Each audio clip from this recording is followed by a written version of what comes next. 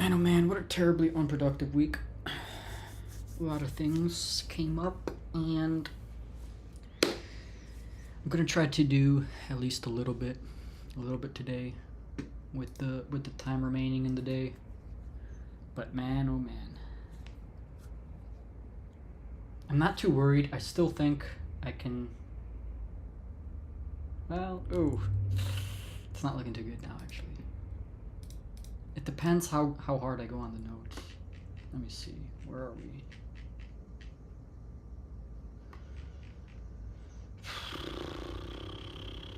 Yeah, I don't like. I don't like how any of this is, really. But I don't want to not take notes. That's the thing. Strict facility access to individuals who... Okay. Physical access, where are we? Okay, this, okay. Man traps. We're on the authorized act. Visible camera dedicated Video surveillance. be used to may not be an area. Sensitive. A case procedure should clearly identify the should also enters a secure facility. Badge numbers may be used for security organizations. Oh, okay, that's it with this. Visitor management. Nothing really for this. It's not needed. So data lifecycle. Is there no data lifecycle?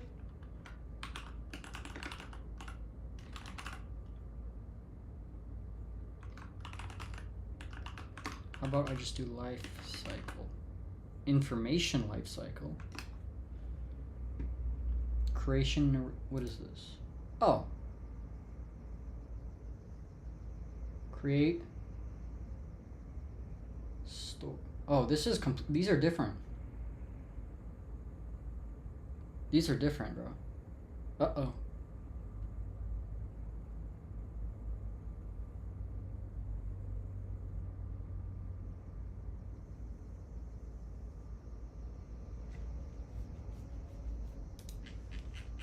I wasted enough time. I don't care. I don't care. Just whatever. I feel like this is generally pretty easy. Domain 1.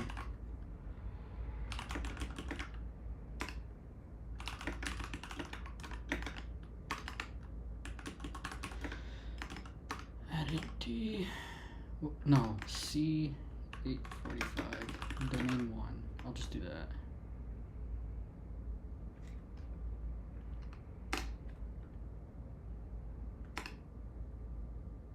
Why is that not a thing? Why is it not processing? Git commit.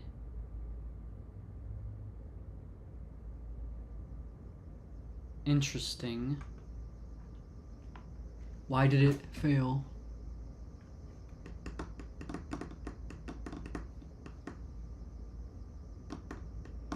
Lock held. I don't. Okay, why did it keeps getting this like lock held thing? Let me try again. It's still being held.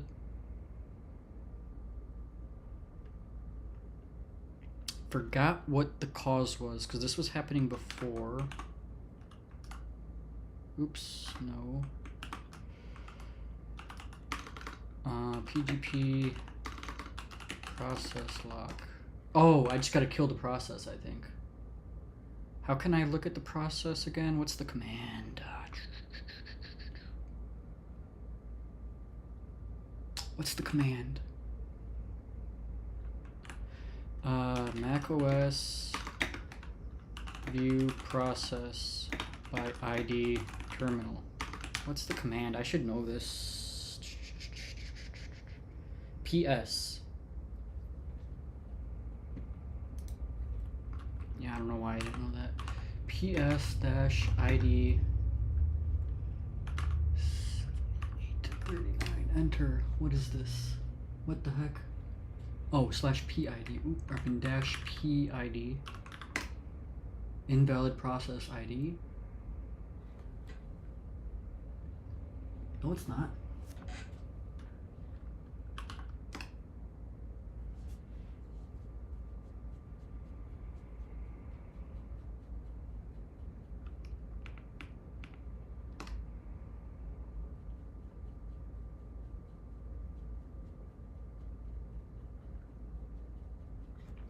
Okay, let me see if this... No. Okay, I'm just gonna open up activity monitor because I don't know how to do it the other way. Look at CPU and order this by process ID 70839. Nothing's coming up, which is weird. There's no such thing as a 7839, which is weird.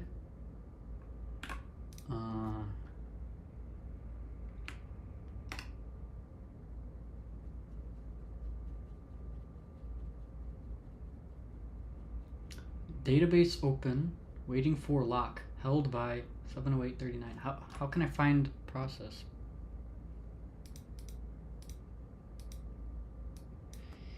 GPG lock held by process, but process doesn't exist.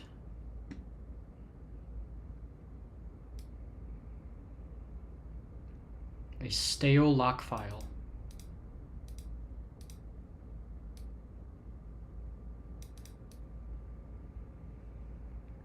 Yeah, it's not running. Okay. Lock file usually located in directory.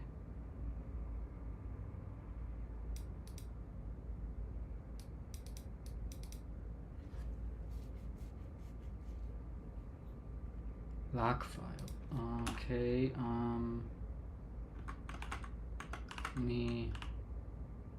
yeah, I'm just not like this. Okay, verify that it's not running. So ps-pid, it's 70839. It's not running. Okay.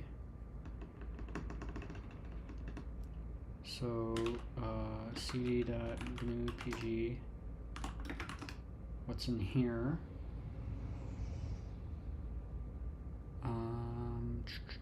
Where is it? Public-keys.dpubring. Okay, dash lock.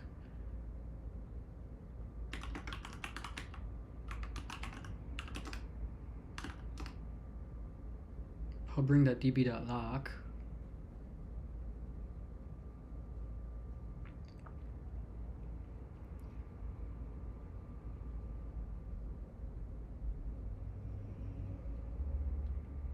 Or you can do grep-r PID of 70839. Oh, there we go. We got something here. I don't know what I'm looking at.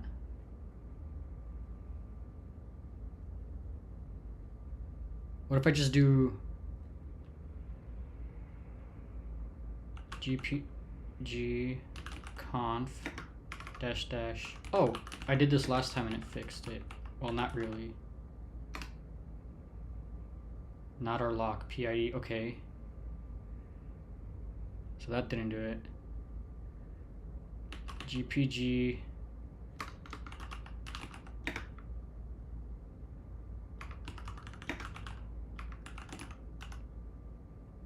Kill the agent? Oh, oops.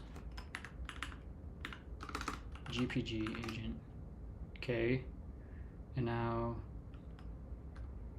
GPG conf dash dash reload GPG agent.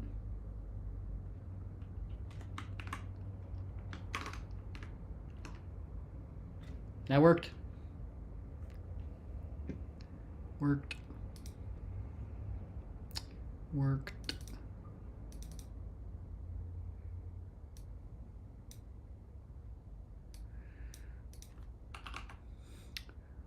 Worked. Uh-oh.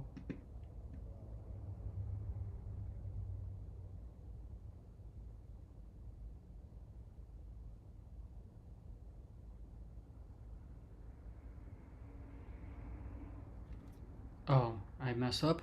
I messed up.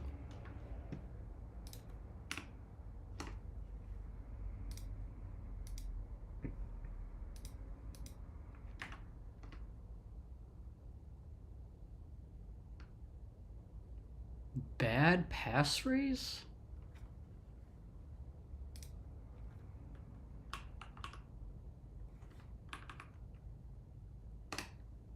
Whoa, why do I have two things? Okay.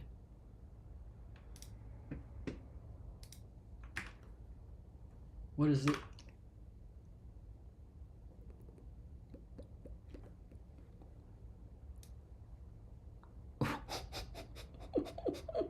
That's a close one, bro. That was a close one. Holy cow. Cannot be retarded like that. Holy cow. But I do have some weird thing in here. What is this? What even is this? I think this was the old one. I'm gonna archive it. I don't need that. That's garbage. Okay. Fixed. Actually, no. Okay. Okay. Now I can do... This is... Never really even did that. Okay, where am I? Here. Okay, now this.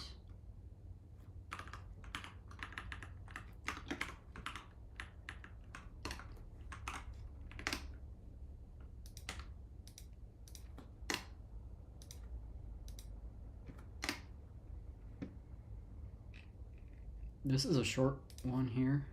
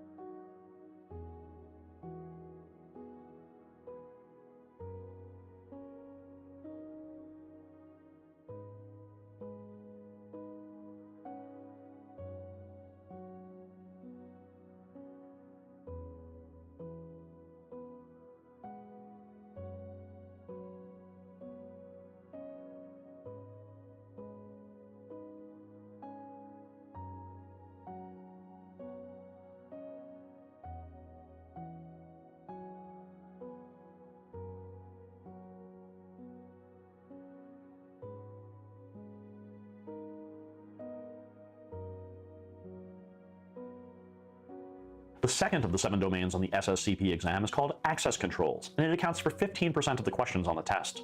In the videos that follow, I'll walk you through all the common and many topics we're about to cover. All right. Identity and access management controls play an important role in any of these individual and legitimate action college campus, full physical, or as 3 different students with the value computer science. Some other examples.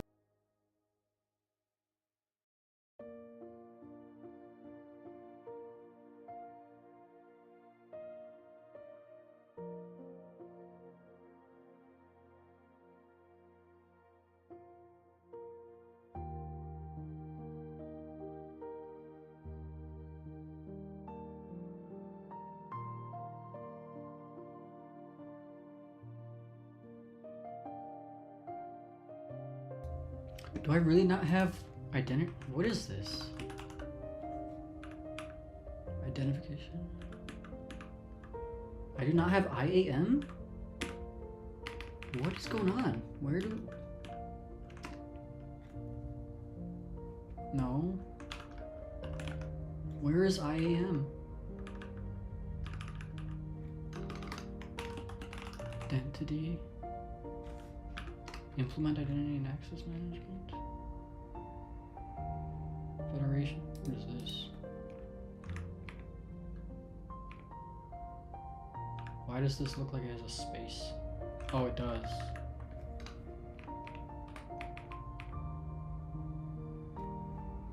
Identity management.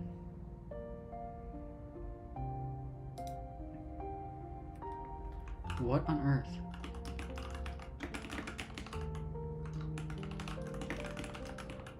I know there's privileged access management.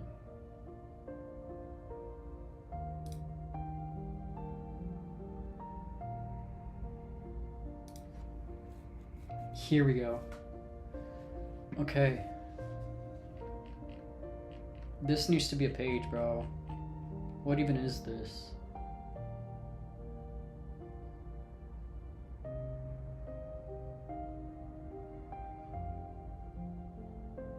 And then I can link this. Okay, yeah. Wow. Wow. This for sure. Wow. Not even that. This one here. Or actually this. Wow. D325, D329.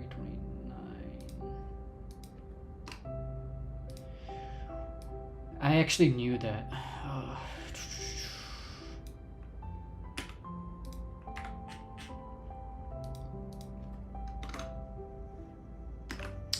Actually knew that. Actually knew that. And might as well add this. Done. Delete. Delete, delete.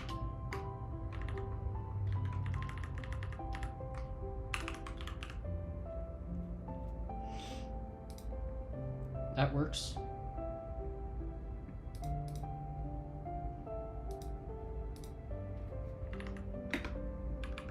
Bam.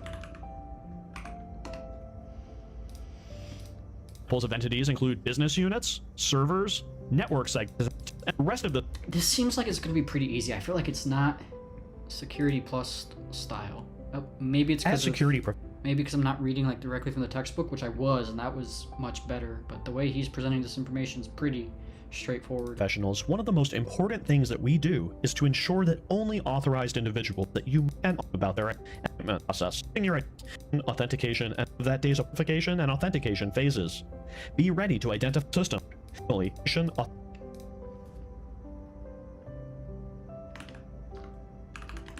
What do I have for authentication?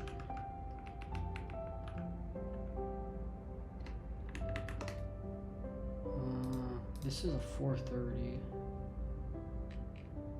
This is fair.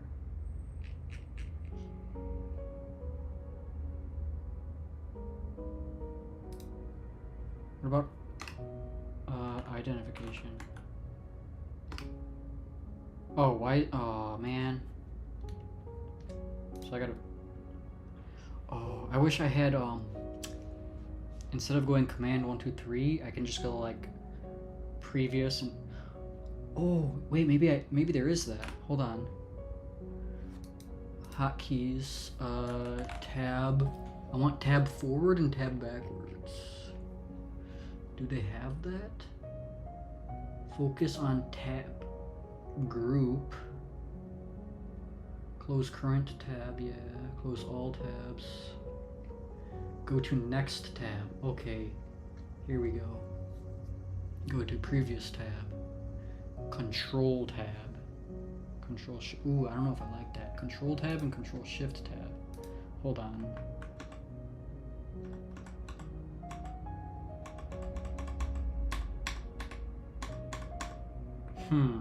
What should it be? What if I just do control arrows? Or control this? I feel like that actually, that brackets are a good one. Tab forward. Focus. Tab. No? Tab.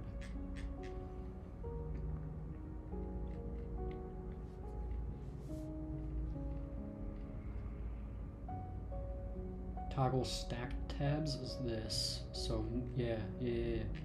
Or actually we'll see. Okay. Where is it? Because I was using these, I don't like those. This is what I want. Control. See, control tab is. I want. Yeah, that's no good. Oh, I can add multiple. What about this? That's not one, but this one. Does that work? That works. And then previous, I can do this. Ooh, okay. Yeah. That's what I wanted to do. Nice. Oh, that's so much better. Boom.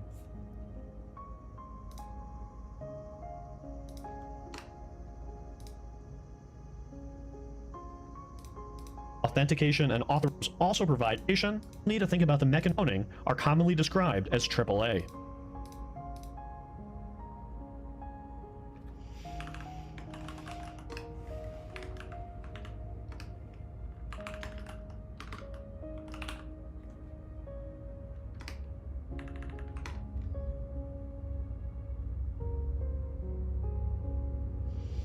I don't like this page. Whoa.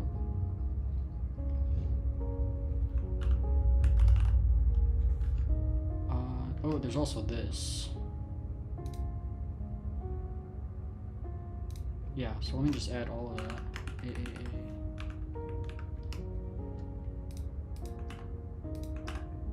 And that's probably good. As you that you also modern organizations combine resources from both cloud and on-premises environments. Identification fused with any other user of the system. Let's talk about two common identification mechanisms: username. Oh, now it's going into each of these. Okay. And access cards. Usernames are, by far, the most modern, so commonly used access card buildings or series of card. Later indefinitely. Whichever technology you use, an identification you all minimum of users. Oh, I need to know these.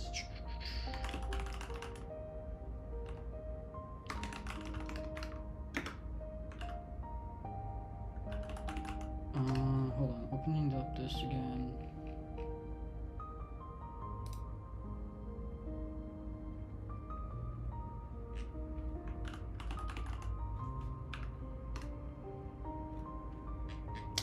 This is something else. Whoa.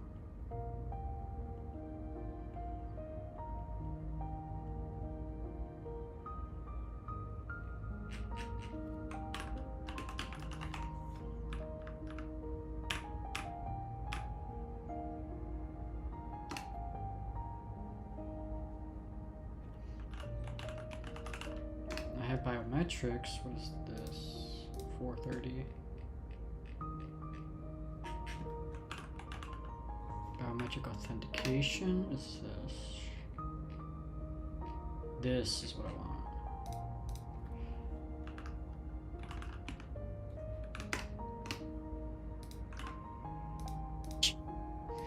The fingerprint of what they feel inside actually pretty is becoming more any else with a key other knowledge-based approaches.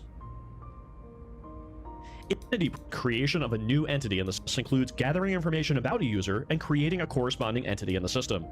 The identity proofing process ensures that the user presenting themselves for registration is who they claim to be. Let's take a look inside these processes. Registration consists of 4 steps. First, someone must make a request for the creation of a new entity in the system. For example, a hiring manager might initiate a request to create an entity for a new employee once that new employee accepts a job offer. Second, someone must approve the request. This should be someone different from the requester, and approval authority should be clearly defined in policy. In the example of hiring a new employee, the request might require approval by a department manager, or if the requester is the department manager, a higher level leader. Third, the registration authority performs identity proofing and other checks as required by policy. The registration authority is typically a centralized role, and it's often found in human resources departments. I'll return to explore identity proofing in greater detail in just a moment. Finally, someone issues the credentials to the individual. In many organizations, this may be done by the registration authority, but best practice dictates that it's a 4th individual involved in the process. Separation of duties is extremely important during the registration process. Involving 4 different people reduces the likelihood of error or fraudulent activity. For example, separating the requester and approver roles ensures that 2 different individuals in the organization agree that a new entity should be created. If the requester creates a request for someone who is not being hired, the approver should catch that and block the action. It's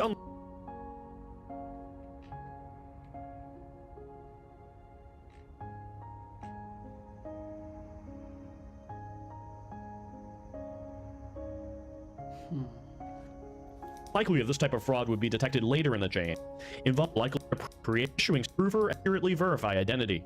The level of identity. Finally, because the individual involved, the requester approve the steps. Finally, individual. This is under identification. Oh no, are you gonna work? Yes, you are. Okay, good. Let's see. This one here.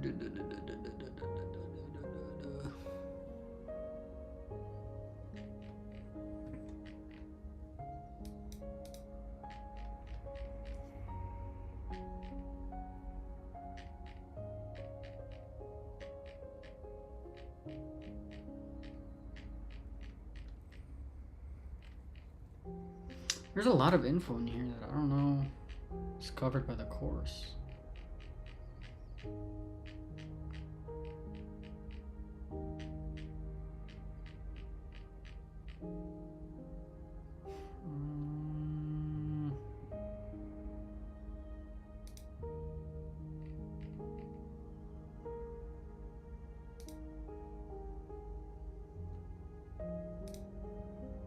Here.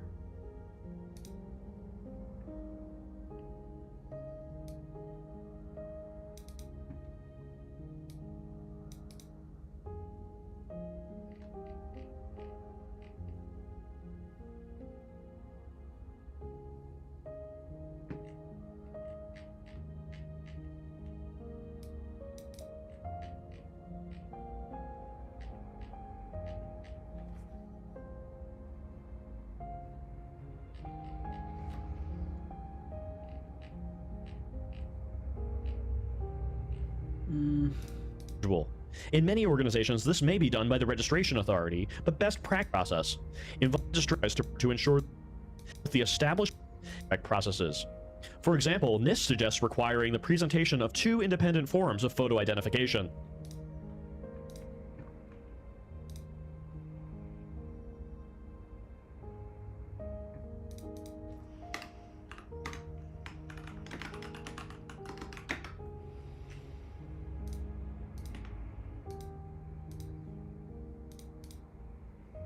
In the United States, these should be approved identifiers to check against criminal and military records to see if they match individuals.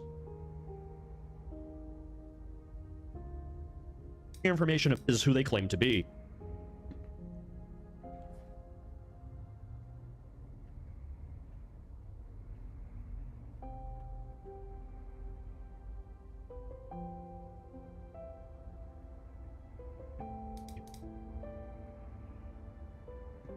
Let's take a look inside these processes. Registration can be an access management solution. Users must be given initial credentials when they are created in the system as entities. The registration process includes gathering information about each.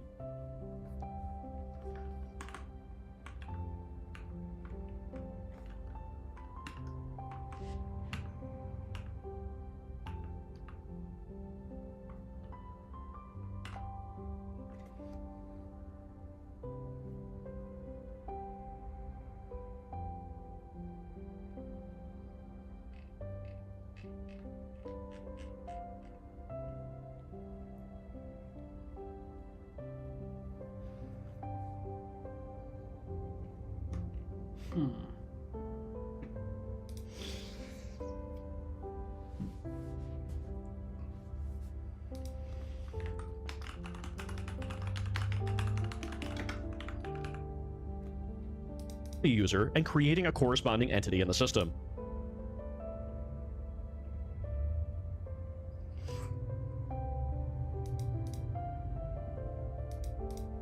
The identity proofing process ensures that the user presenting themselves for registration. Let's tips once that new employee accepts a job offer. Second, someone must approve the request. This should be someone different from the requester, and approval authority should be clearly defined in policy.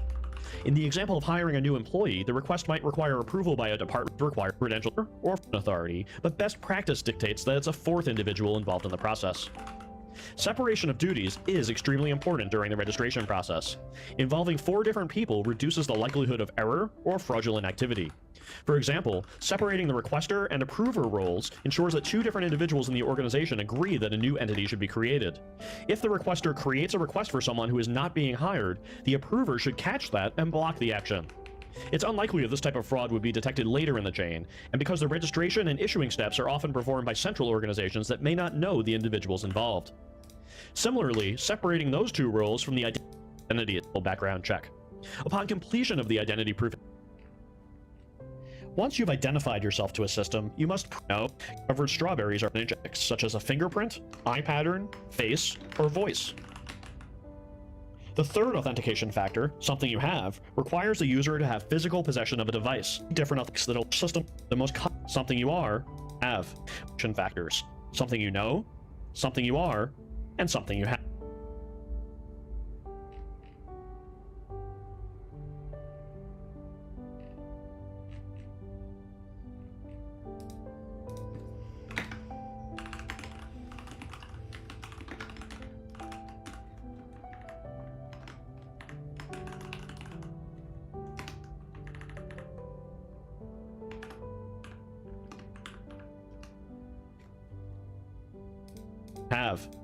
Because it jeopardizes the legitimate authorized acceptance. Errors occur when the system misidentifies an individual as an authorized user and grants access that should be denied.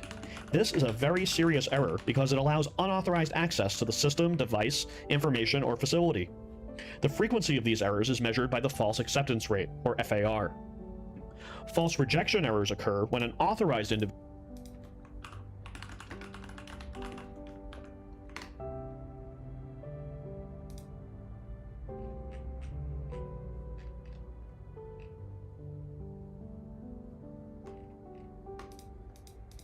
attempts to gain access to a system, it should manipulate it. Also, a very hot, called the crossover.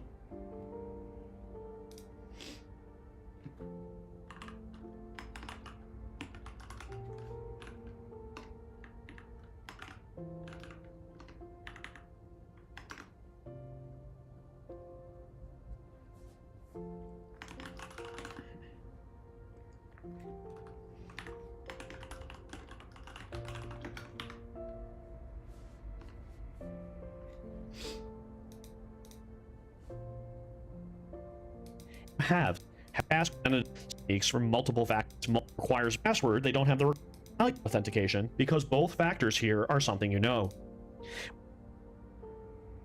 In the token boosts when added to an authentication.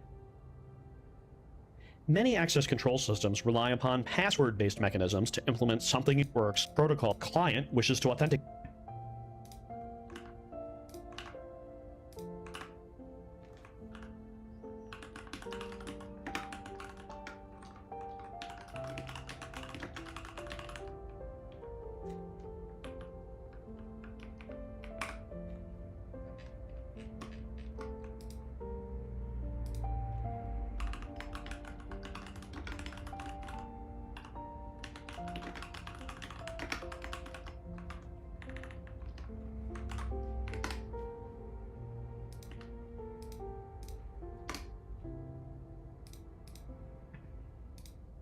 To a server.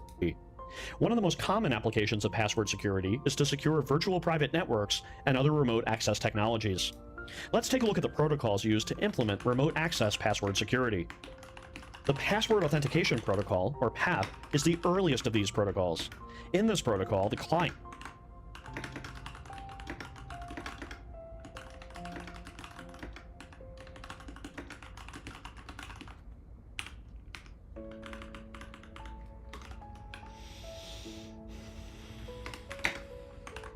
wishes to authenticate to a server, and both the client and the server know the user's password. The client simply transmits the username and password to the server, and the server validates the password.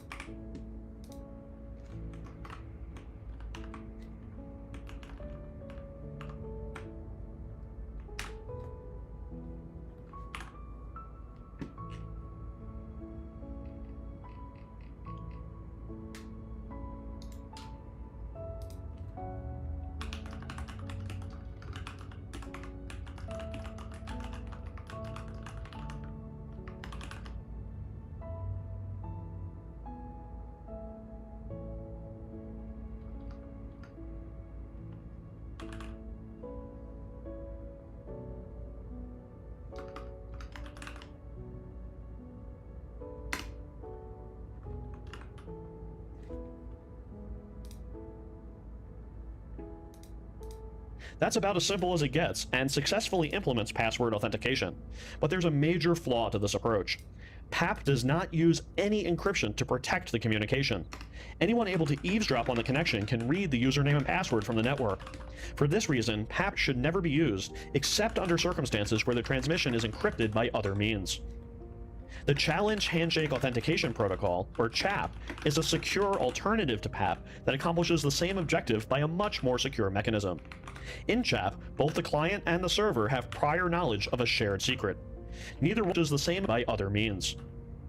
The Challenge Handshake Authentication Protocol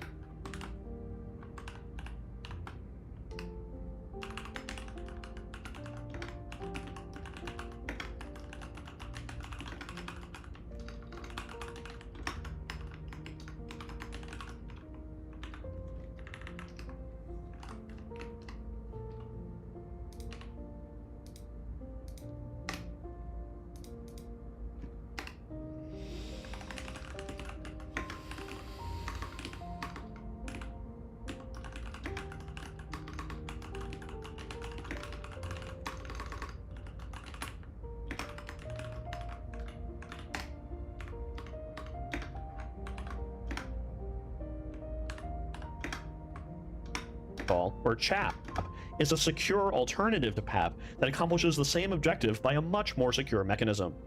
In CHAP, both the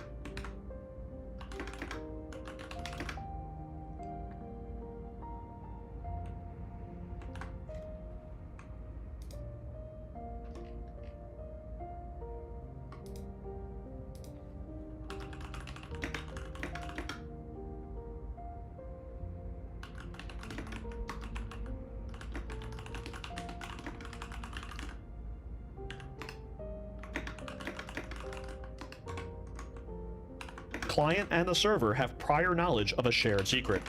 Neither one wants to transmit that secret over the network because it would compromise the security of the system. Instead, they work through a process where they prove to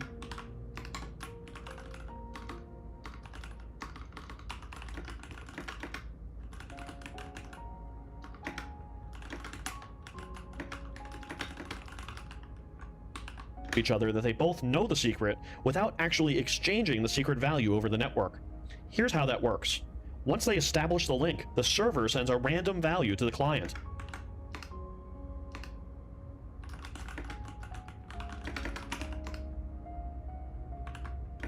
Exchanging the secret value over the network.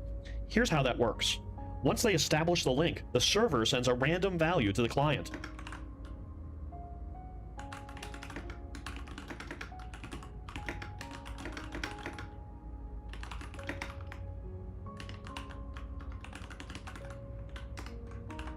This is known as the challenge value.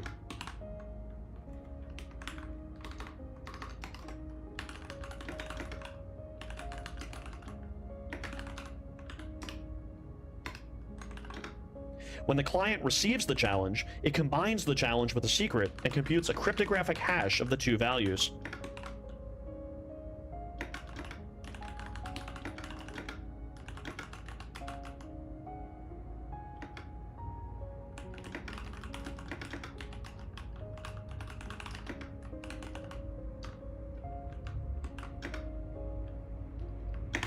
This hash is irreversible, meaning that it is not possible to retrieve the input if you have the hash output.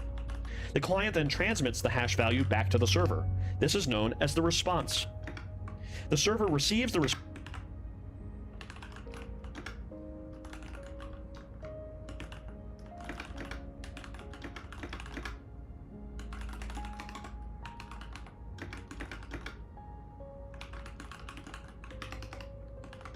and stores it in memory.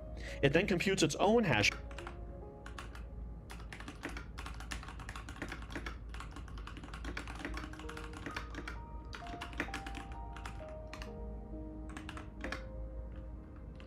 value by using the same hash function on the challenge that it sent to the client and the shared secret that they both know. The server then compares the response it computed with the response that it received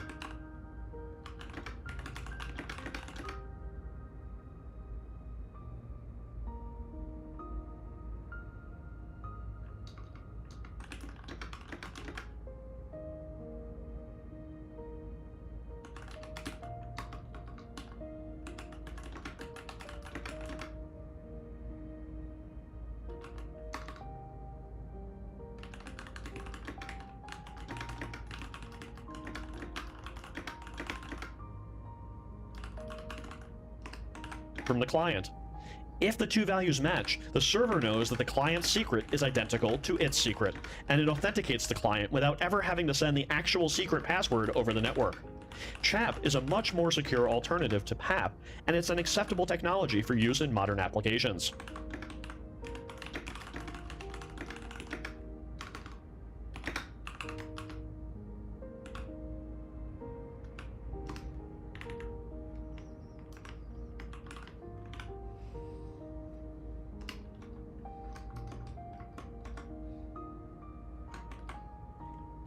Password over the network. CHAP is a much more secure alternative to PAP, and it's an acceptable technology for use in modern applications. Now, Microsoft created their own version of the CHAP protocol and called it MS-CHAP for Microsoft CHAP. They later released a second version of the protocol called MS-CHAP v2. It's important to note that both versions of MS-CHAP have been broken and are now considered insecure. Identification and authentication can be an annoying process for any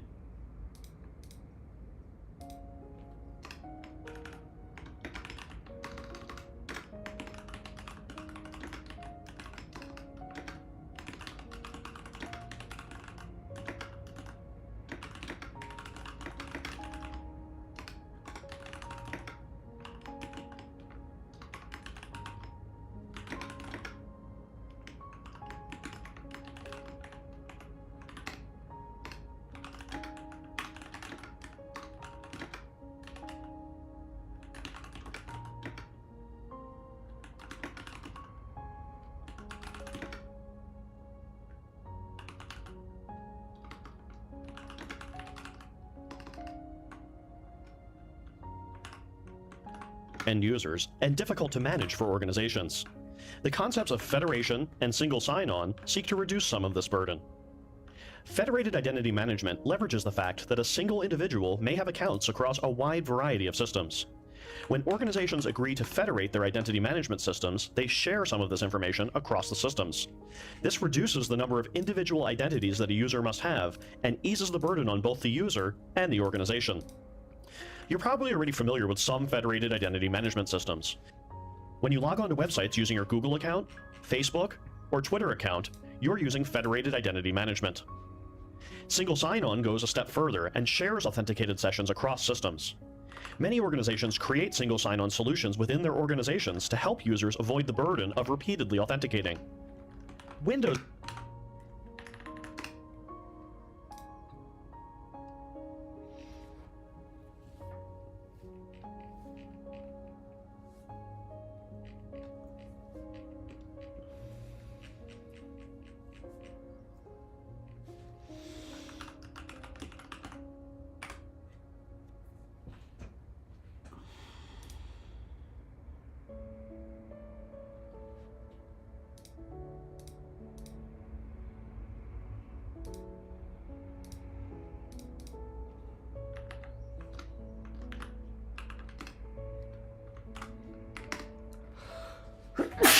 Whoa. What was this? D325 and D329, I think. Gotta separate this out because it just doesn't make sense to not look at all this. Yeah, get that all out of here. Get that into here.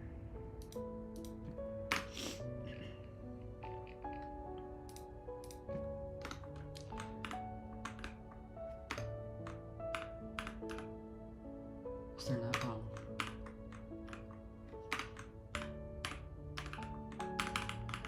That's it? Yeah.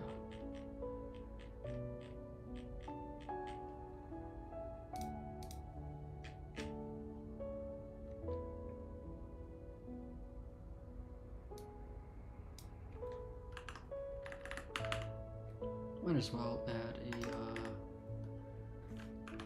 this guy here. And this needs to, well, don't need that. This is that.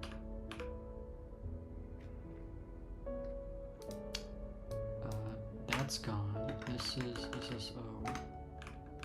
Should be its own thing.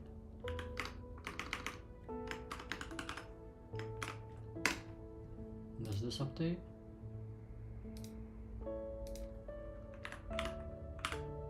Yeah. Okay.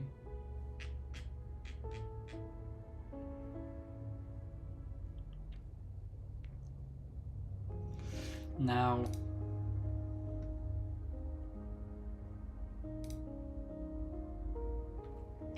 probably add Kerberos to all of these.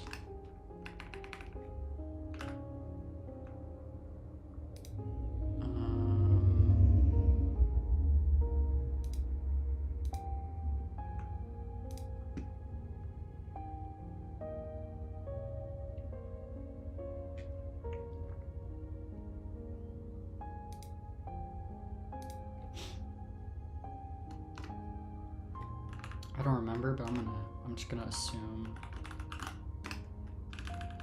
I need to know Kerberos for all that. And Kerberos. Okay. Yep. Nice. Okay.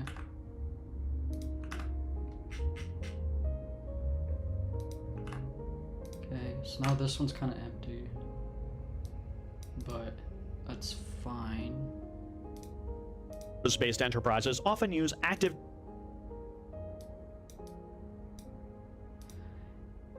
Yeah, so far it seems like SSCP is very similar to Security Plus. It seems very similar. I haven't made too much progress yet, so I guess I'll see at the end. But it seems pretty similar so far. and I'm gonna take a guess and say that it's probably gonna be 75% the same material. At most, I think there's gonna be 25% stuff that's different.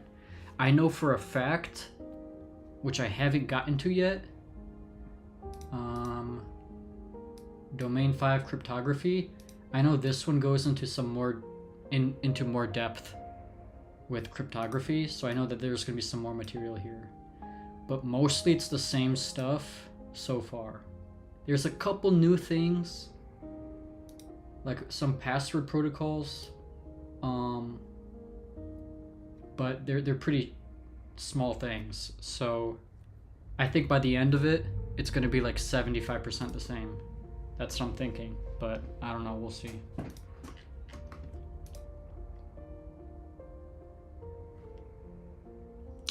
Where was I with this? Directory for their central Active Directory Federation services.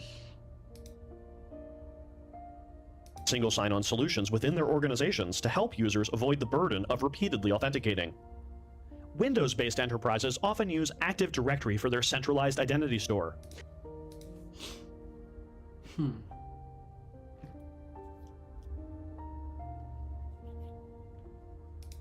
This facilitates logging into Windows systems and other services that support Active Directory authentication.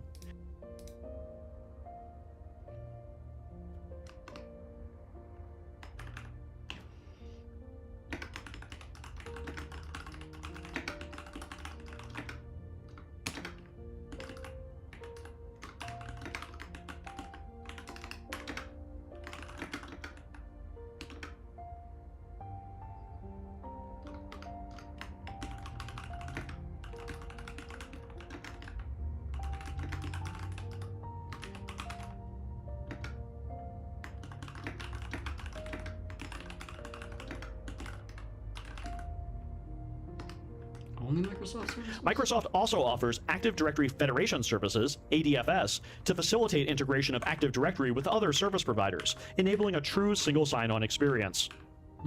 In a single sign-on approach, users log on to the first single sign-on enabled system that they encounter, and then that login session persists across other systems until it reaches its expiration. If the organization sets the expiration period to be the length of a business day, it means that users only need to log on. That's pretty good. I was pretty close on that one. And the stuff that's new so far isn't like a big thing. It's more like small details. So I would generally say, I mean, I guess I'm only on domain 2. But like just looking at the domains, like risk management, incident response, like that's all covered in Security Plus. So I'm not sure how much really new is going to be in here. I think it's just generally, at a high level, generally it's going to be the same stuff. Cryptography, I don't know how in depth they go on this. I know Security Plus has cryptography, PKI, all of that. So we'll see what this goes into. Network communications security, probably similar to Security Plus. Systems and application security, probably similar to Security Plus. I think there's gonna be more variation in these sections, just because I can't really tell what exactly these are going into. These ones, pretty sure it's mostly the same, so we'll see. I'd probably say just from now, I guess we'll see until the end, but they're probably good. They're probably like substitutes for each other. Like, I don't think anyone should go out and do both of these. I don't think that's necessary. Like, I think if you have one, you're good to go on to other stuff.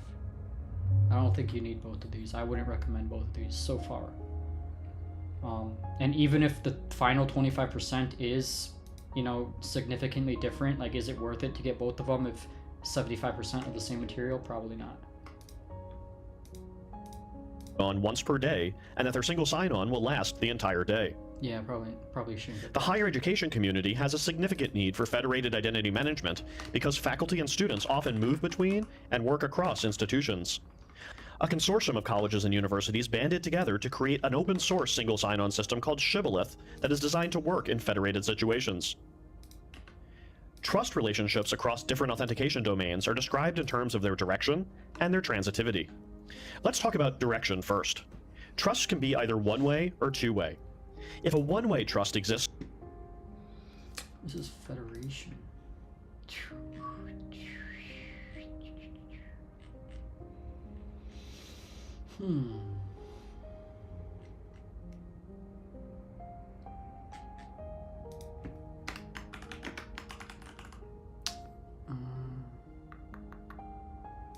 From domain 1 to...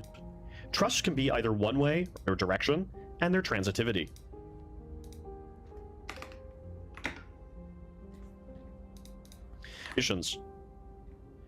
Trust relationships across different authentication domains are described in terms of their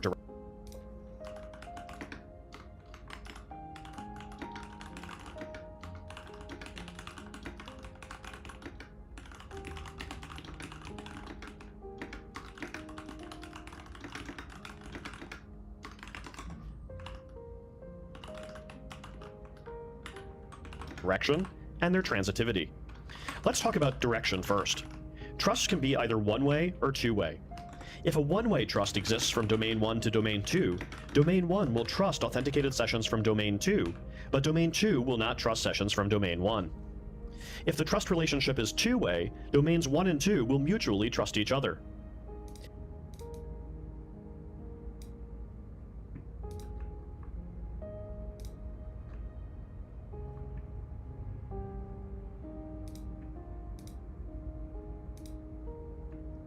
Domains 1 and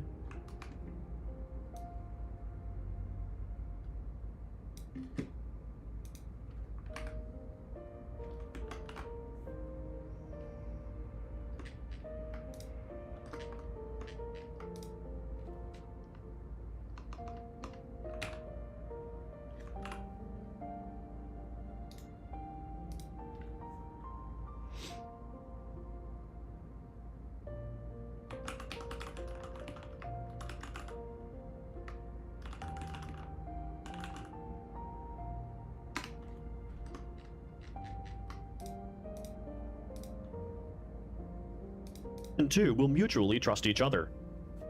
The second attribute of a domain trust is its transitivity. Trusts can be either transitive or non-transitive. In a transitive trust, trust relationships transfer across domains. For example, if domain 1 has a transitive trust with domain 2, and domain 2 has a transitive trust with domain 3, domains 1 and 3 will have a trust relationship as well, without the administrator explicitly creating that trust.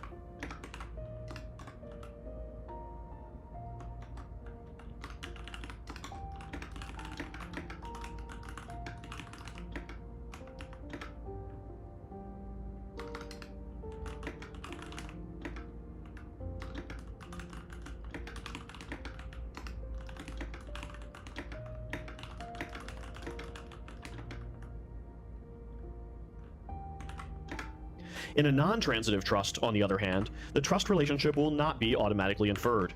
Domain 1 will not trust domain 3 unless the administrator explicitly creates that trust. Well-designed network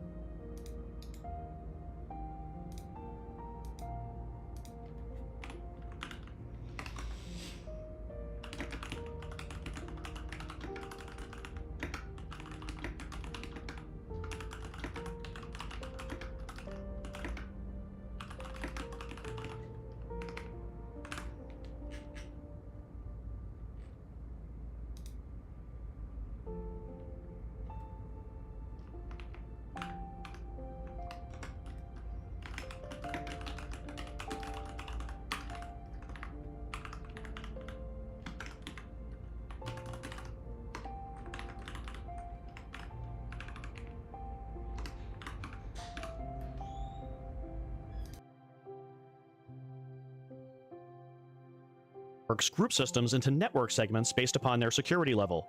Let's talk about some of the more common security zones. We'll begin with a network border firewall. Typical border firewalls have 3 network interfaces because they connect 3 different security zones together. One interface connects to the internet or another untrusted network. This is the interface between the protected connections that block most inbound connection attempts from the internet zone, allowing only the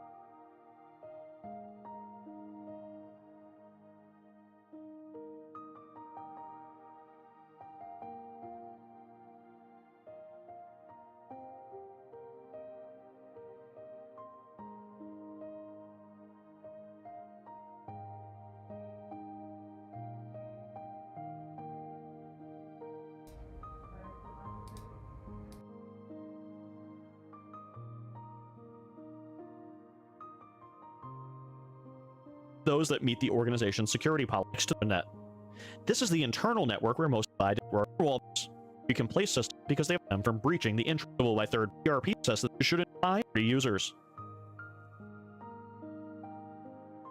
As part of managing the trust between systems, security professionals must pay careful attention to the different types of interfaces you facilitate integration between software apps provided that you can detect and respond to, ensuring that any security with relevant security standards, fixing of third-party connections helps mitigate the risks associated. Zero Trust network architecture is a relatively new network security philosophy. Now, I think that Zero Trust is a poorly chosen term, and it would probably be better phrased as Zero Trust in the network. This approach doesn't mean that nobody is trusted, but rather that the organization's security philosophy is to trust individuals rather than networks. This is a major shift away from the way that cybersecurity and networking teams design security controls in the past. Until recently, these groups implemented firewalls and other perimeter protection and watching for and then depend upon managed or SOAR platforms to access security brokers or used by the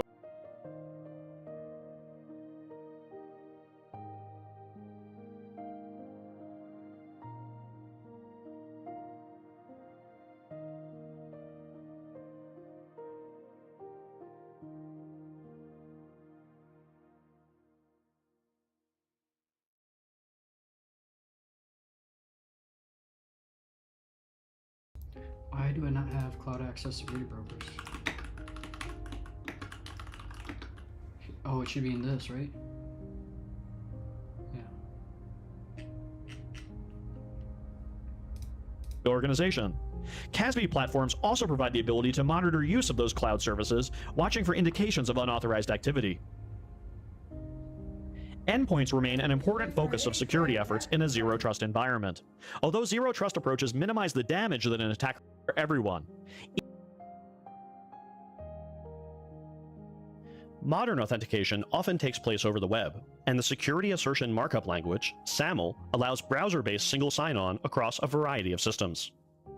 There are three actors in a SAML request. First, there is the end user who wants to use a web-based service. In SAML language, the end user is known as the principal. Second, there is the organization providing the proof of identity, usually the end user's employer, school, or other account provider.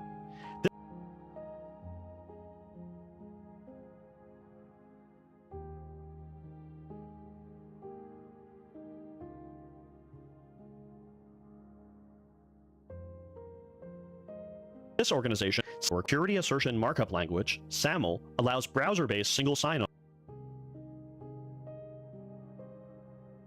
across a variety of systems. There are three actors in a SAML request.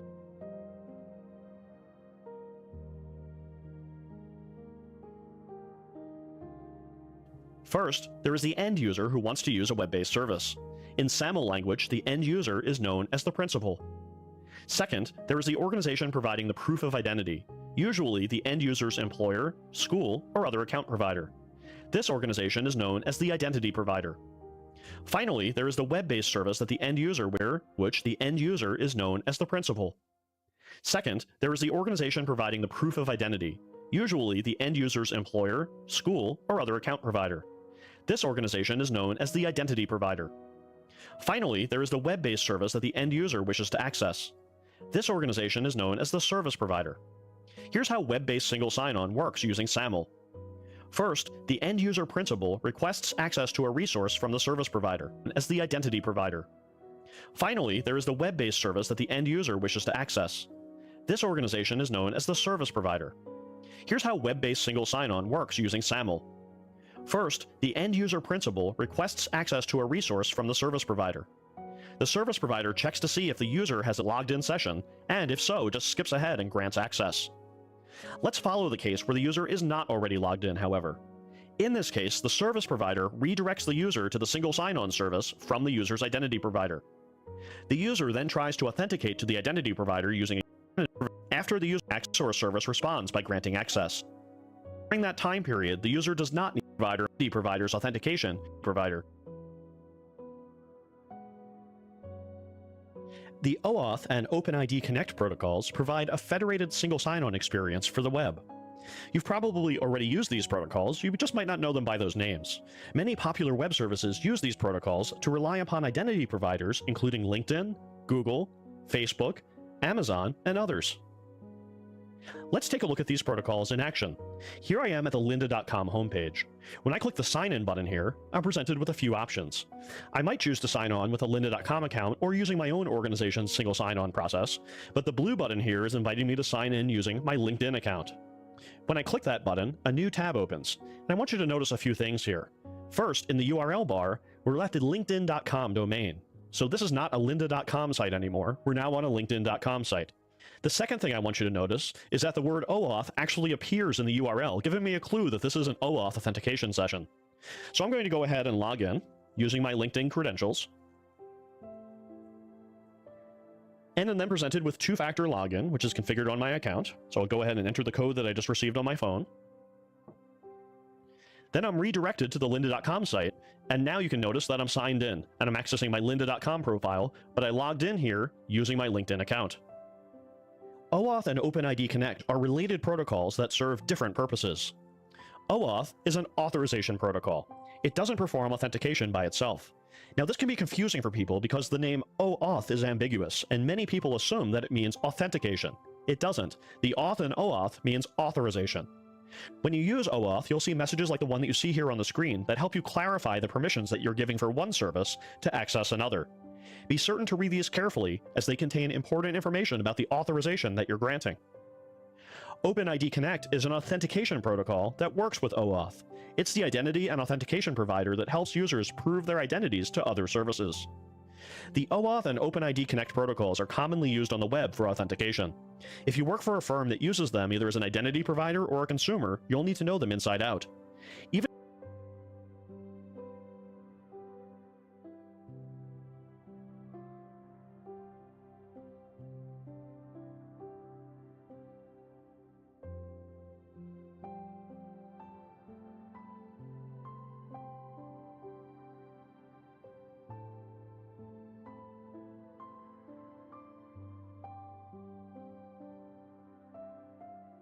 if you don't use the term that you authentication provide authorization that you're granting.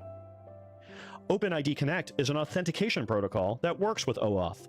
It's the identity and authentication provider that helps users prove their identities to other services. The OAuth and OpenID Connect protocols are commonly used on the web for authentication.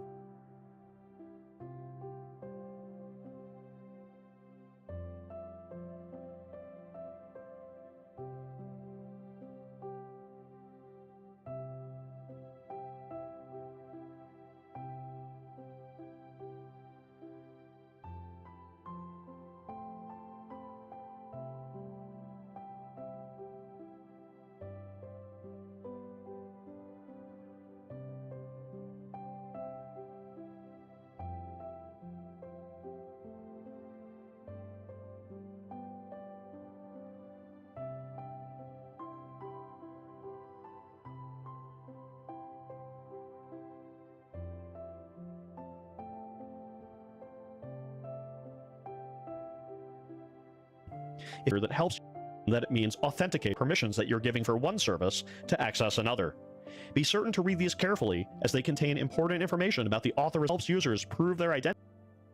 OpenID Connect is an authentication protocol that works with OAuth. It's the identity and authentication provider that helps users prove their identities to other services. The OAuth and OpenID Connect protocols are commonly used on the web for authentication. Provider that helps users you're granting. OpenID Connect is an authentication protocol that works with OAuth. It's the identity and authentication provider that helps users prove their identities to other services. The OAuth and OpenID Connect protocols are commonly used on the web for authentication. If you work for a firm that prove their identities to other services. The OAuth and OpenID Connect protocols are commonly used on the web for authentication. If you work for a firm that uses them either as an identity provider or a consumer, you'll need to know them inside out. Even if you don't use them directly, you should understand their functioning to provide good security advice to users about the information that they share with service providers.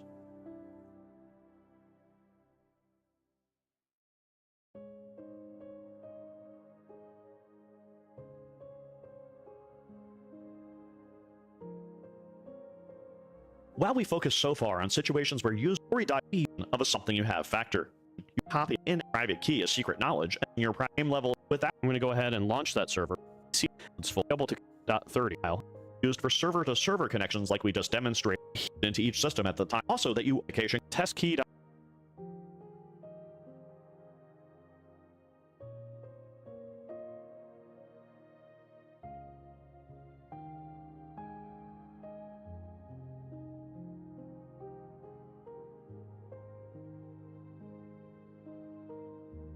.pem file. Try the connection. 802.1x standard for network. Mac-based authentication is not very secure.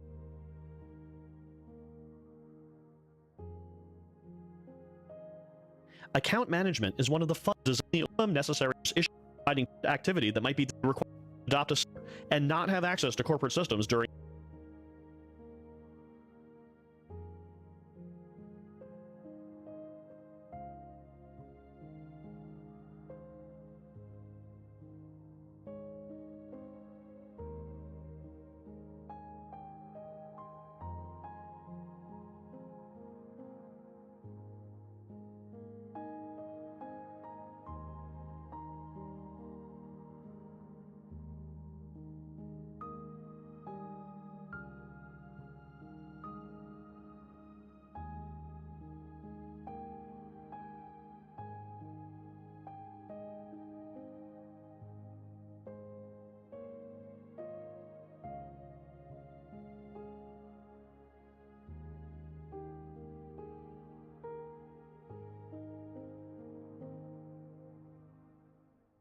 Have the minimum necessary both of these periodic variations. Your let staff first should adopt a stance an opportunity for fraudulent activity to come to light when the employee doesn't have the access necessary to cover it up.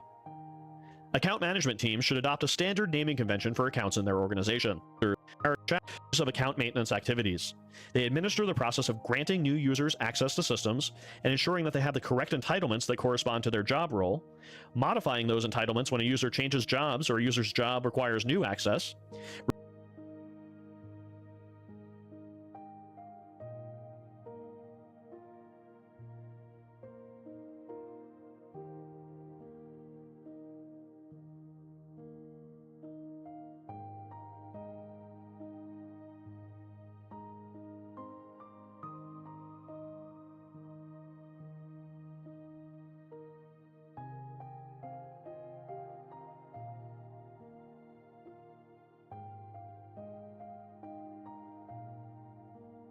reviewing access on a regular basis, and removing any unnecessary access following a process known as recertification, and then finally removing the access of terminated users, completing the lifecycle. The management of user accounts is a key responsibility.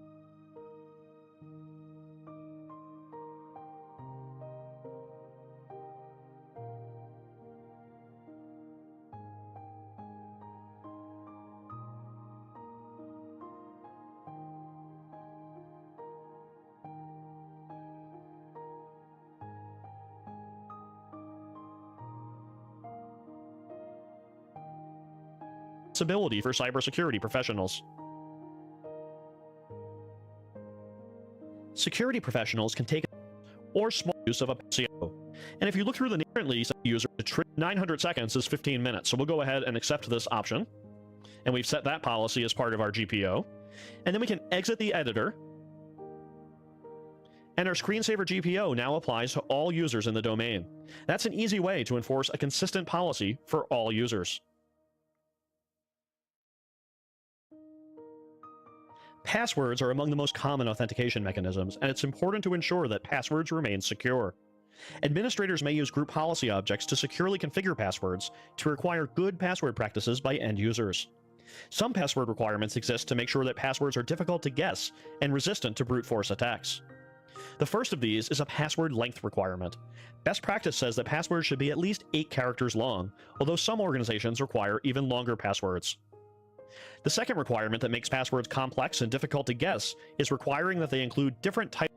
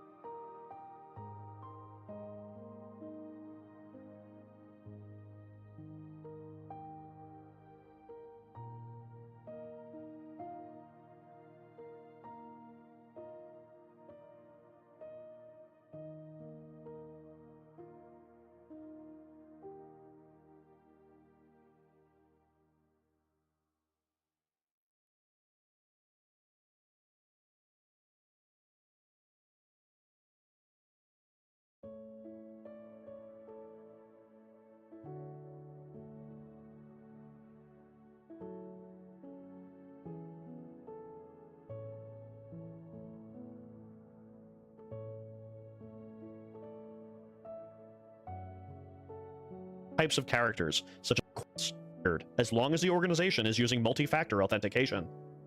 Some organization is using multi-factor authentication, changing it back to change their passwords.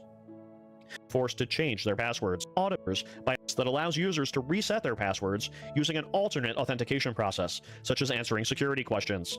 This approach relieves the burden on help desks and other IT staff members by allowing users a self-service option for one of the most common IT requests. Answering these requests quickly on a self-service basis also improves user satisfaction with IT service. Let's take a look at implementing some of these password policies in a Windows GPO.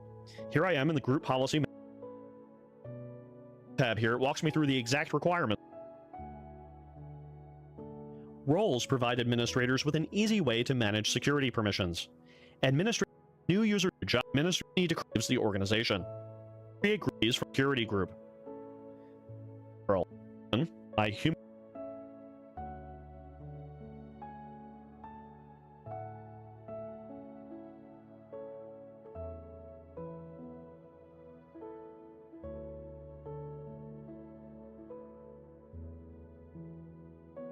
Human Resources Group, assigned to the HR role. Security administrators must pay careful attention to or violate the principle of least privilege assigned some organizations connecting from both the network, bulk download issue account reviews. Be sure to examine 3. Account administrators are responsible for managing the provisioning and user account files to remove their access or semi-automated fashion. I go ahead and look to disable account. You can eliminate an account.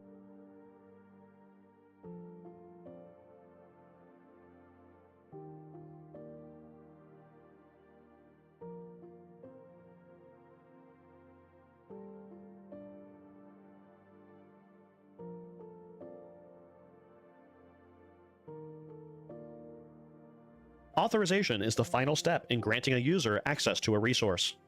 Once an individual successfully authenticates to a system, authorization determines the privileges that set of permissions necessary to manage the business function and who moves the system. No organization may gain substantial privileges in this way. Consider the example of Alice. Alice starts as a clerk in the accounting department where she's responsible for issuing checks to vendors. There, she has the privilege of issuing checks. After a few years, Alice receives a promotion to a supervisory accountant position, set up a new environment where managers review the permissions assigned to each employee for compliance with the principle of least privilege.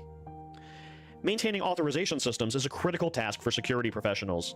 The exam might contain a question asking you to review a scenario and describe what authorization principle is being discussed. Be sure to know the difference between least privilege and separation of duties so that you're ready for those exam questions. Mandatory access control systems are the most stringent type of access control. In mandatory access control, or MAC systems, the operating system itself restricts the permissions that may be granted to users and processes on system resources. Users themselves cannot modify those permissions. For this reason, MAC is rarely fully implemented on production systems outside of highly secure environments. MAC is normally implemented as a rule-based access control system, where users and resources have labels, and the operating system makes access control decisions by comparing those labels. Now, one important note on terminology before we move on to an example. MAC in this context refers to Mandatory Access Control, an access control model. We're not talking here about the Macintosh operating system. The Macintosh operating system actually does not support mandatory access control. So let's talk about how this works in the US government context. US government applications often use mandatory access controls to protect classified information. In this approach, documents and users are each assigned a classification level. Documents might be labeled as top secret, secret, or confidential, depending upon the attempt because the user is not. SE Linux is included in some Linux distributions, including Red Hat Enterprise Linux, CentOS,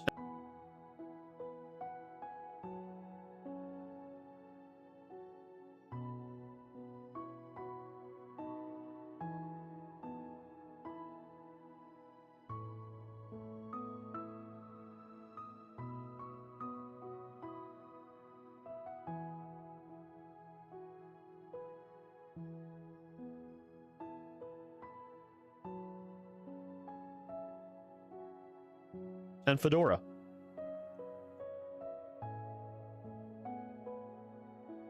Discretionary access to a is then formed as make for Mac permissions located upon the file's classification. use permissions. We'll look more at NTFS access control lists. In a discretion permissions, read permission allows the user to view the file. So second user that I want on the log,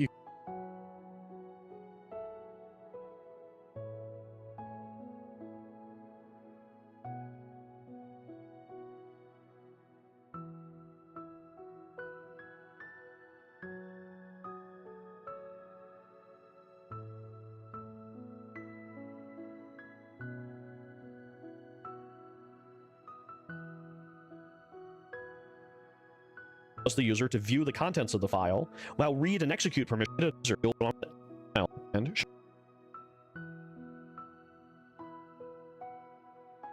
the implicit deny principle, otherwise known as default deny, is one of the foundational principles of access control systems. This principle says that anything that is not explicitly allowed should be denied. If a computer doesn't have explicit instructions on how to handle a situation, it should default to denying access. Firewalls are the most common example of the default deny principle in action. When a firewall receives a connection request, it first consults its rules to determine whether a rule explicitly addresses the situation. If the firewall finds a matching rule, it carries out the action in that rule.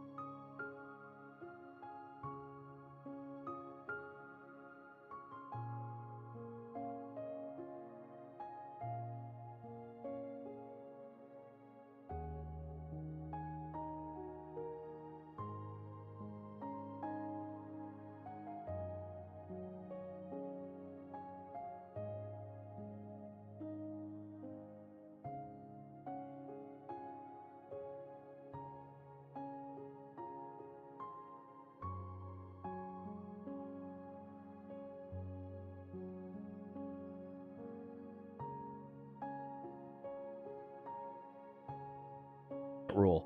If the firewall doesn't have explicit guidance on handling the request, it blocks that connection request. And the default deny principle is a very important security concept, especially when it relates to firewall configurations. You should be very familiar with this idea when you take the exam. Role-based access control systems simplify some of the work of managing authorizations. Instead of trying to manage all of the permissions for an individual user, administrators create job-based roles and then assign permissions to those roles. They can then assign users to roles. Now, this is a little more work up front, but it makes life much easier down the road. When a new user arrives, the administrator doesn't need to figure out all of the explicit permissions that user requires. The user just needs to be assigned to the appropriate roles, and all of the permissions will follow. All accounting department and the object and the situation allows administrators to write security policies based upon the attributes of a user, object, and the situation. ABAC allows the implementation of conditional access restrictions. For example, in an attribute-based access control system, it was tested by including a user's physical location as personal skins. Once we go ahead,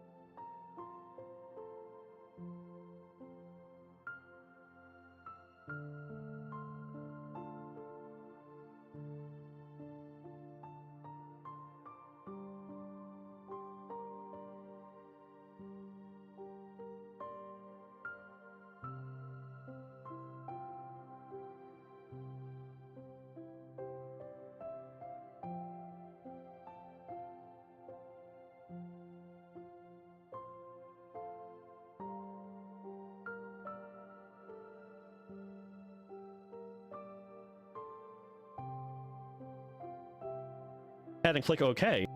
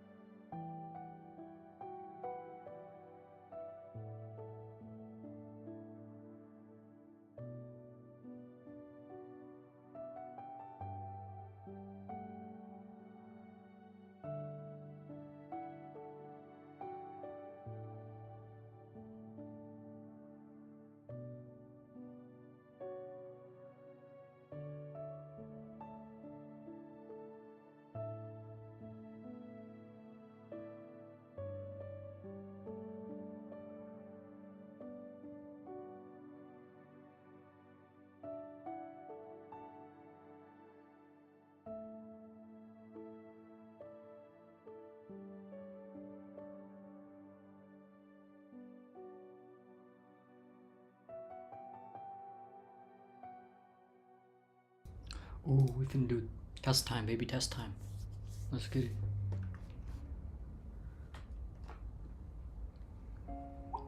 What is this? Oh, okay, I see.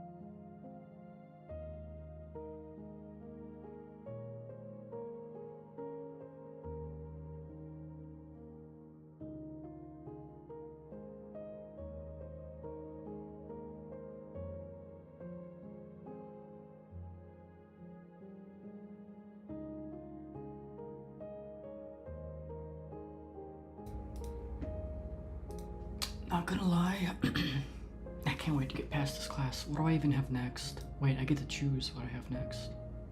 This one seems pretty easy. I just gotta keep moving. Next week I'm gonna go hard because this week's already over, but I gotta really catch up from the failures of this week. Let's see.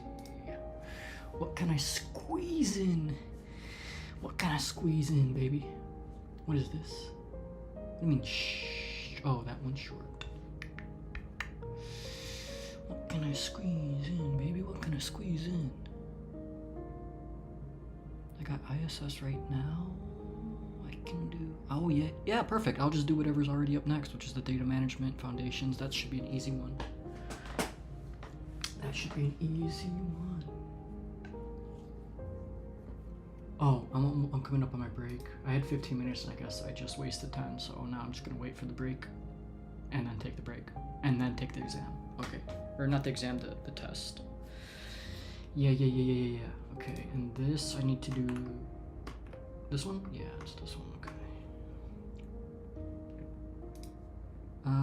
Yeah, Data Management Foundations. I think that's gonna be easy. I can go through that quick. I think I could do that in like 2 weeks, honestly. But then what? Then what I'm gonna be left with? If I do that in 2 weeks starting, yeah. What about cryptography? What if I do intro to cryptography? What if I do...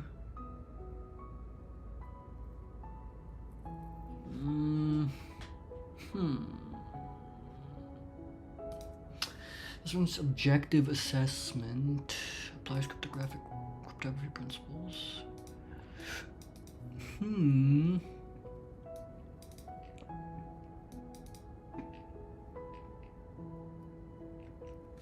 Because... Wait, is there a privacy,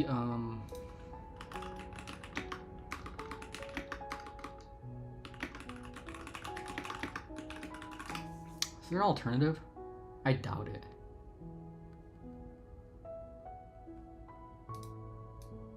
CryptPad. Quora. Rose. CryptPad. This thing? .fr or .org? What on earth? Probably the .fr? What is this then?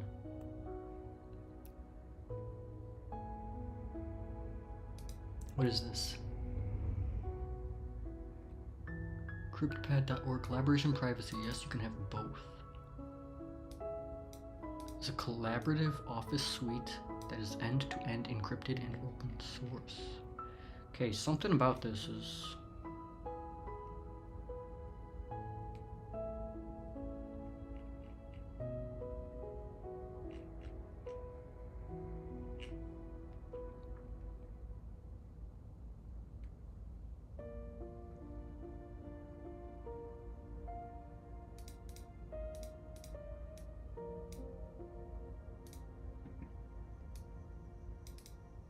Oh, it's owned by the same thing.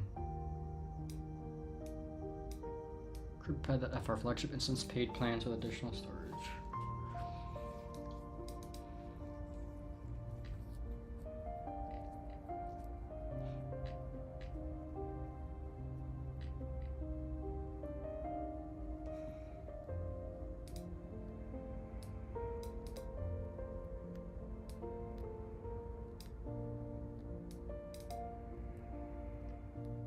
Yo, maybe this might be good.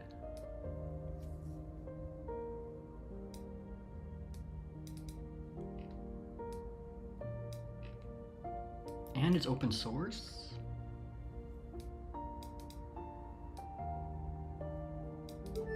Ooh. Ooh, this is nice. Yo, this is nice. So I need to de-Google everything, man. I need to de-Google everything.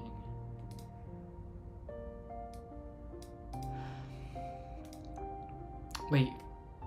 Free account on a public instance? See the list. Self-hosting? Ooh, self-host. Your own domain? Your own CryptPad instance with your own domain.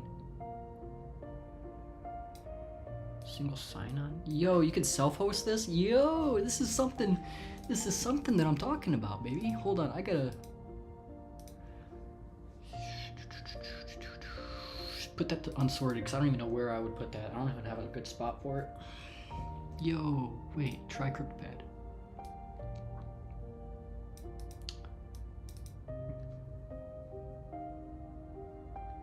Oh, so it's an open thing, so anyone can host and can host a version of the software. It's the flagship instance. This is below by third parties. They're not affiliated with a development team. Yo, this is what I'm talking about. By private coffee, by Disroot. Who's Disroot? In the Netherlands?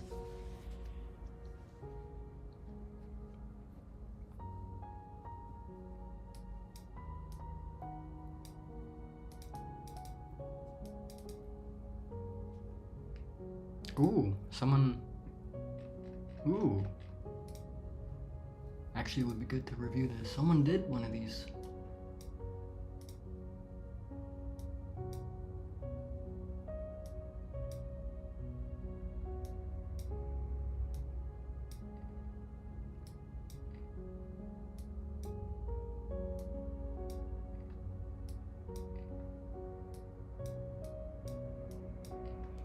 Good stuff so far. What about this info? You are prohibited from sending chain letters, junk mail, spam, or unsolicited messages. Would make sense. For 16 and older, makes sense.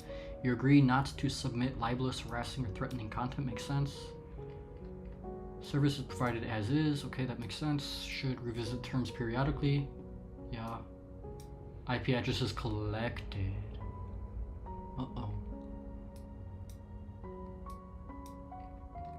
Emails content may be accessed by people working for the service. Makes sense. Court of law governing terms is in the Netherlands. Makes sense. Interesting. Oh, that goes to CryptPad. Okay. This is just an instance. Disroot.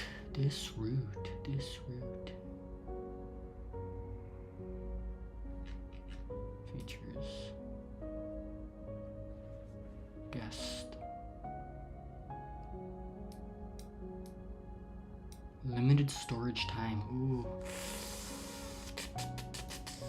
No good. What about the official one? CryptPad.fr.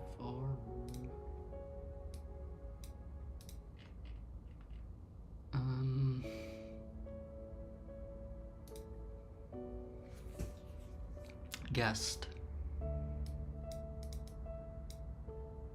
Limited storage time? That's no good. Oh, registered. Oh, okay, I see.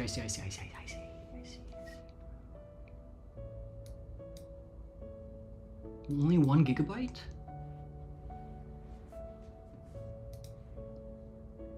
And this guy? Give me, come on. Registered, free. 500 megabytes, even less. I mean, it costs money to do that. Pad.env. Minimalist non-commercial shared Unix system will always be free to use.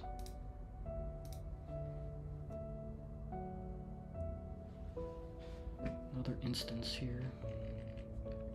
It costs money though, that's the thing. So how would you even... 128, that's even less, bro. Yo. Fediverse Foundation? Anyway, I think I'm gonna... Hold on, how do I try this then? How do I try? I saw a try somewhere. Pricing? How do I even use guest? How do I get to it? How do I get to it? Where's CryptPad?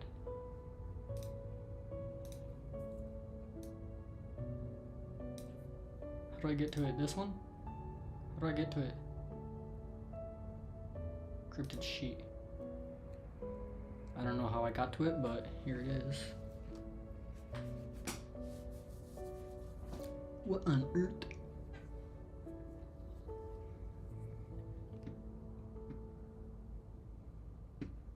Don't store. Temporary access. Looks like a sheet to me. It looks very similar to Excel.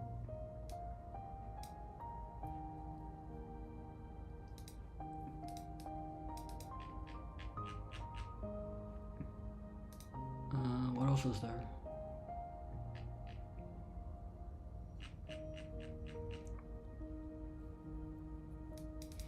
What about, do I could just go to privacy tool? Dead.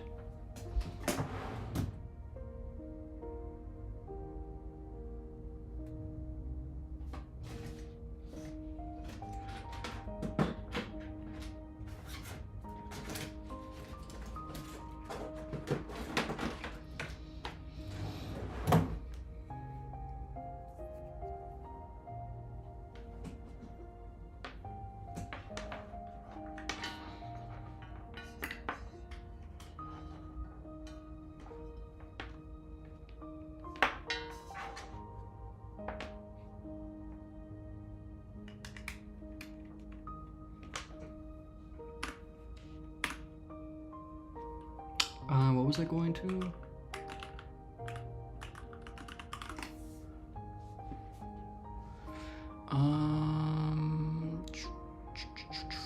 Files, encryption, sharing, and sync, something like this maybe?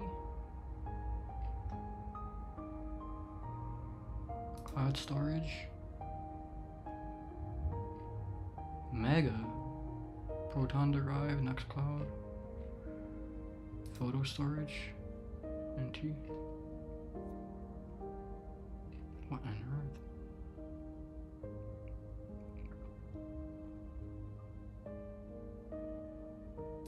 Encrypted notebooks. Notebooks, standard notes, Turtle, Joplin, Logsec.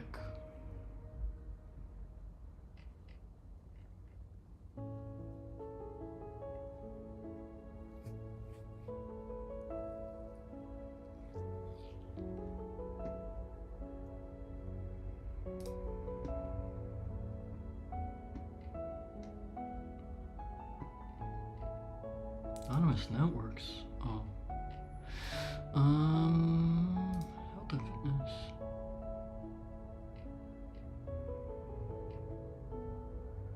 Ooh, where to go? Productivity and work. Privacy by default collaboration software. Chats and calls, files, tasks, Kanban boards, mind maps, calendars. CryptPad is here. Only Office. LibreOffice.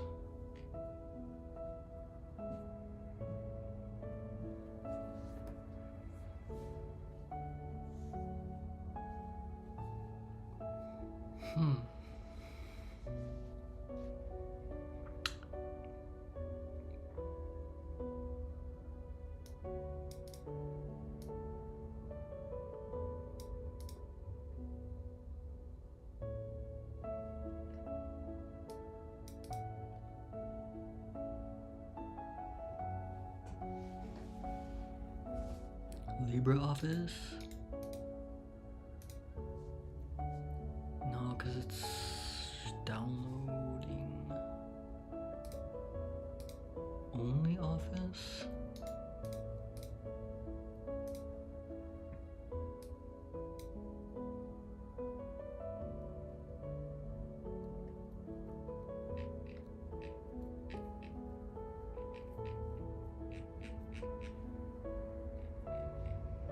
Is this just CryptPad underneath the hood?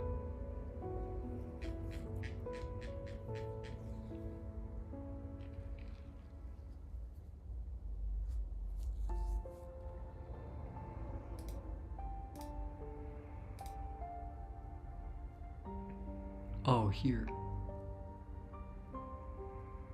Markdown slides, forms. This is probably the best one. What was I even I completely forgot what I was even going to do. Oh, I know what I was doing.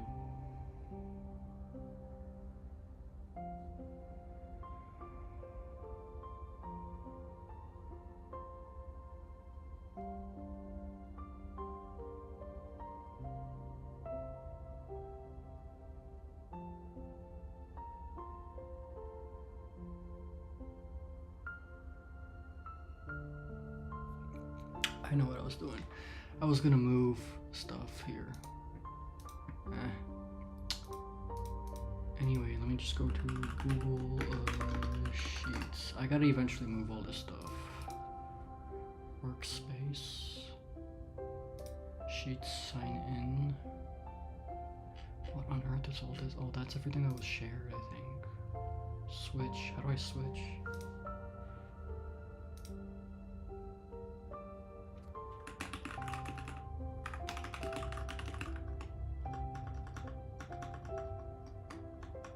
How did that get greater priority?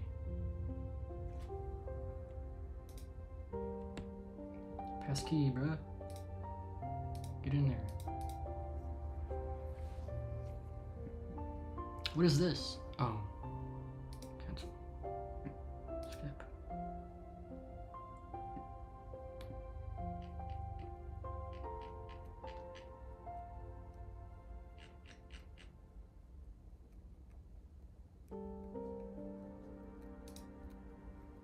Alright. Here's the degree comparisonner. The degree comparisonner. Where is it? Here. Python for IT automation. Data analytics. Oh yeah, there's gonna be the data plus. Software security and testing is new. Interesting. What is that all about? Where do I find it? It's not gonna be available in here? No.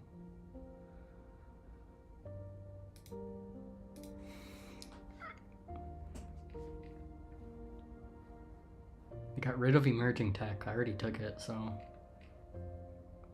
Practical applications of prompt. I could probably do that. Introduction to AI and security.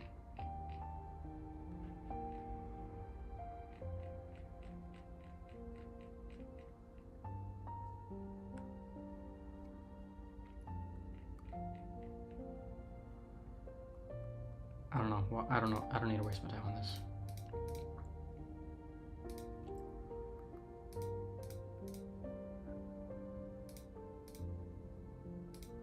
I'm gonna take the test soon.